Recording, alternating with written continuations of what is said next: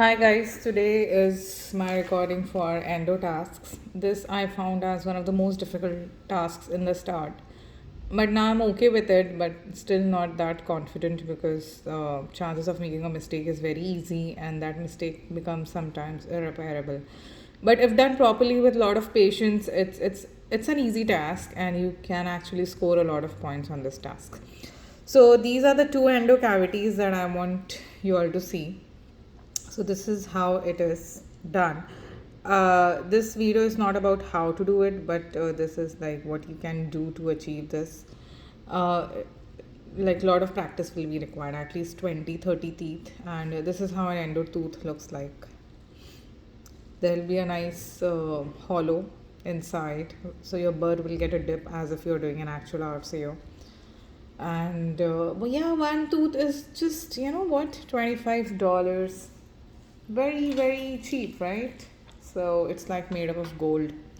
God knows what it is. I don't know why it's so expensive, but whatever it is. So let's start assessing. The first criteria is outline form has ideal shape. They have not mentioned what an ideal shape for them is, but apparently my mentors have told me that it should be like a triangular shape with this, like this and like this. Like it's not an equilateral or isolateral triangle. It's a little, scaling kind of a triangle. But yeah, it should not be round or square or ovoid, basically. I hope you can appreciate this. And you can pretty much see the canals here. So outline form. Now I don't know whether this is very good or this is satisfactory, but definitely it is not borderline and unsatisfactory. So this is not compromising any access to the canals like borderline, or the it's not unsatisfactory either. So satisfactory is access cavity has appropriate shape. Now this can be very good or this can be satisfactory, depends on the ADC people. Now second criteria is position of access cavity allows appropriate removal of pulp horns and access to all canals. So again, the second criteria is access cavities appropriately positioned. So the first was the shape has to be nice, and secondly it has to be properly positioned. So I think this is pretty properly positioned, as you can access all the canals, you can see. Third is size of the access cavity allows appropriate removal of the pulp horns and access to all the canals. Outline form is ideal size. Satisfactory criteria is access outline under extended by less than 1 mm in any direction. Now that's why I want to show you these two. Now if you see this, this is a good access form. In this, what has happened is, if you see it properly, I kind of have overextended this buccal margin. Like, can you see it's like a little more extended compared to this one?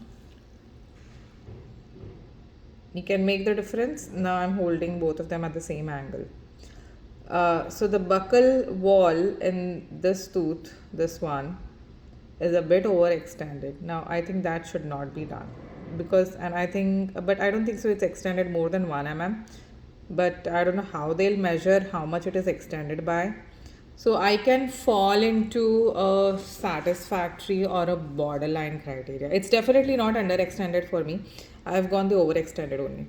Now, one of the problems in preparing the endo task is it's such a tiny area. You know, the entire dimension of this won't be more than 3 mm. You see, I'm measuring by the probe. From one end to the other, it's just 3 mm. 3 mm is such a tiny area.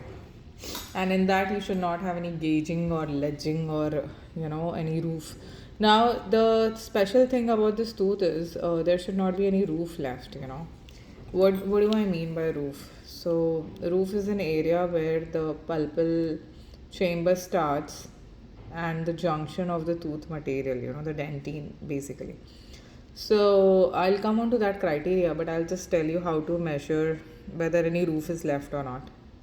This end of the probe, you will keep it down and you will gently, move it like this. You see, it gets moved. Now, if this was moving and it got a catch, you know. Am I clear here? Yeah. Now suppose I was moving this. So it's moving very smoothly here, but in case it got a catch here somewhere, that means the roof is remaining in that area. And one of the important criteria is that no roof should be there. If you see pretty much all the walls, every angle that I'm showing is a straight one. There is no gauging or ledging. But sometimes that happens, and that happened with one of this tooth. I will show you here. Somehow on 1/6, always on the mesial wall. Can you see this? A bit of roughness is there. Roughness as in there's bit of gauging is there. That shouldn't be there.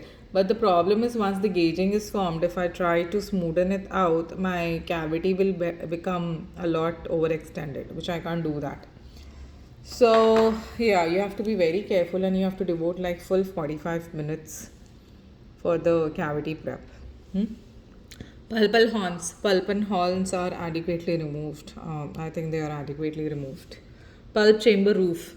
Now, the thing here is, if you see the criteria here, complete removal of pulp chamber roof is very good.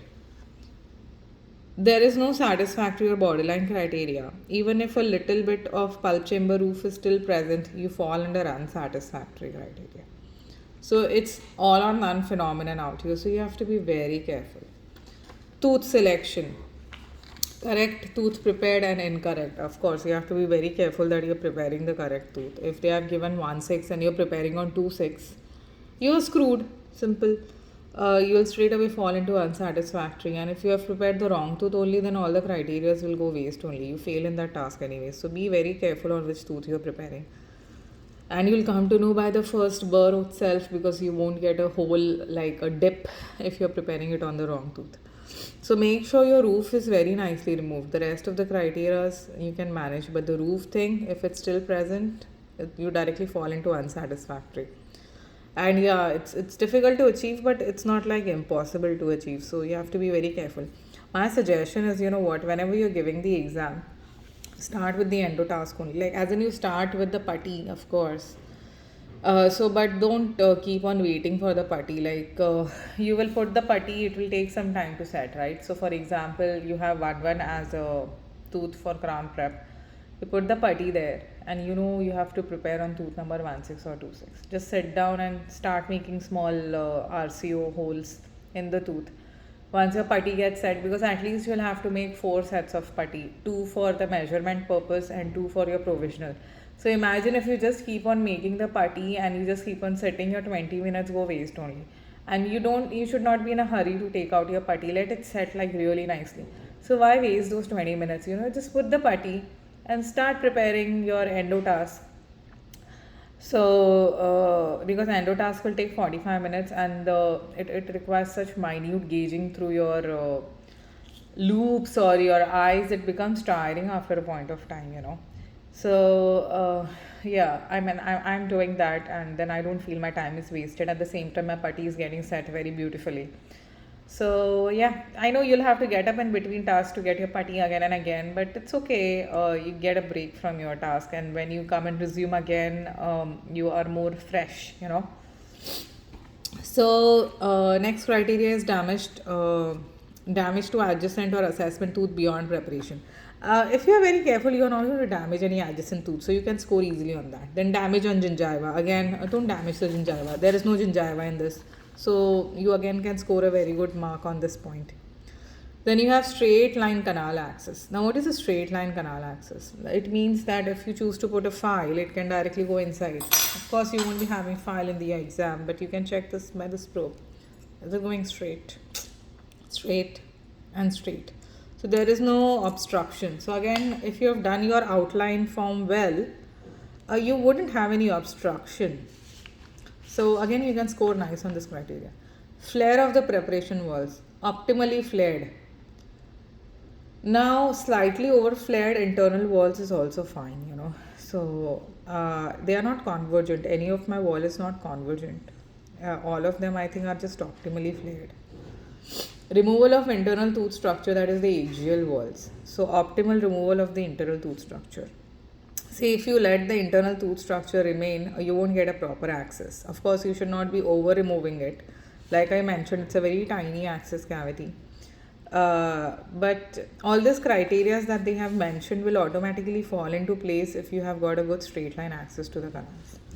Now, removal of the internal tooth structure, that is the pulpal floor. Optimal removal of the internal tooth structure, and you should not be over removing the pulpal floor area. So again, if you do that, you'll end up with gauging. So this is like an optimal removal. You see, everything is pretty much straight. Yeah, it looks simple, but it is not. Okay. Condition of the pulpal floor. Now here comes the thing. Now which burrs are you supposed to use, so that you don't touch the pulpal floor? So I basically use a round burr and an endo Z burr. Do you all know what is an endo Z burr? I'll show you. Wait. This is an endo Z burr. You see, it has a non-cutting edge. So no matter how much I will go inside the tooth like this, I'm not going to scratch the pulpal floor because this is a non-cutting. So what I do is I just take a drop from the round burr, just the drop, and then I prepare my entire cavity with this. I don't use any other burrs, only 2 burrs and my prep is done. And I have to use this burr at an extremely slow speed. Yes, that is where the frustrating part comes in. Extremely slow speed, and occasionally the debris is going to get collected. So constantly you have to keep on cleaning it with water, cleaning your mirror, and yeah, that's how it is. Debris. Now, no debris should be left on the wall. So once you're done preparation, just take a alcohol wipe and put inside, nicely. It will just wipe off everything. And once you're done with this task, leave a small piece of alcohol wipe inside only until you finish all your tasks. And once you're about to finish your exam, just remove it from here. So whenever you're doing any other task, no debris is going to go inside. Otherwise, you'll think I've done my task very nicely, I've cleaned my tooth, and you won't be checking it again before submitting. And if some debris gets flown there from here or there, or God forbid one amalgam scrap comes inside it, you are screwed, in this criteria. So just put either a small cotton pellet inside, wet it, and or else just put the alcohol wipe, which will give a very cleaner appearance. Now, KO surface margin and wall finish. It should be smooth. See, normally you don't have to touch any of the surface, like I have not touched here, because the more you are going to try and touch it, the more scratches you are going to make.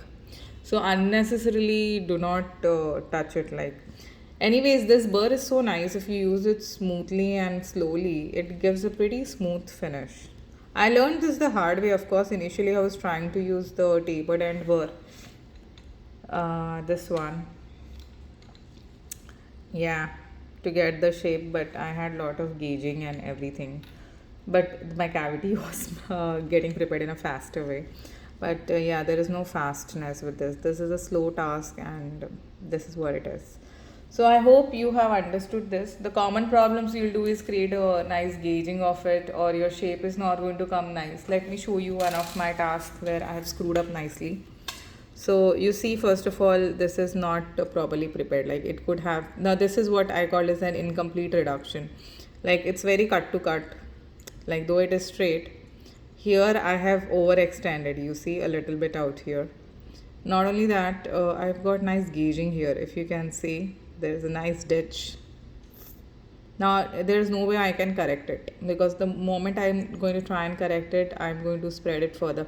You see how much debris is present out here. This should not be there. The more mistakes you'll do, the lesser mistakes you'll do in the exam. Okay, so it's okay to do mistakes. There is nothing wrong with it. Then I have another one to show. I'll show you my mistake tooths. So I also tried filling up the same tooth with composite and working on it, but then you don't get the same idea, Now if you see this, again there's so much of debris on this tooth, and this has not pretty much come as a nice triangular shape. It's becoming more of a ovoid shape. That ovoid shape should not be there.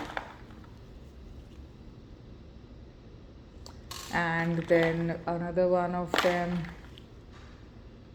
yeah, this I have lost the shape only of this, if you see. It's not a proper shape, it's becoming more of a circular shape, and I've got overextend on that. So these things are going to happen when you're going to try for the first, second, third time, and then slowly you'll start understanding how it is. So don't be disappointed. You're going to spend time and money and energy on these. You see so many of the teeth I've practiced upon. Look, these are nothing, and there are more I have to practice. Okay, and you should have at least 10 of these for each side. And yeah, so Dr. Garima here, and I've come on my off day.